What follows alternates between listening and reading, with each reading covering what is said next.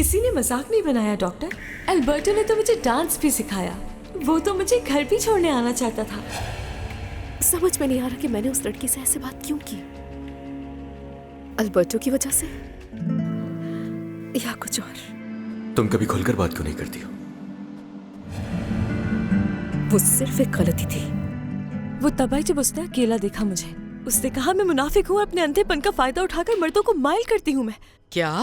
जी देखो बेटा, तुम्हें बचाना होगा उससे अल्बर्टो को, वरना याद रखना तुम्हारी शादी बहुत मुश्किल में पड़ जाएगी। मामा, आपको पता है मैं स्टॉल से जल्दी वापस क्यों आ गई? क्यों? क्योंकि मिस्टर लुइस मुझ पर चिल्लाए और मेरा स्टॉल तोड़ दिया। उस आदमी की इतनी जुर्रत देखना, मैं उसे छोड़ने वाली नहीं हूँ मरीना। अल्बर्टो कहाँ जा रहे हो? क्या आपसे बात करनी है पापा?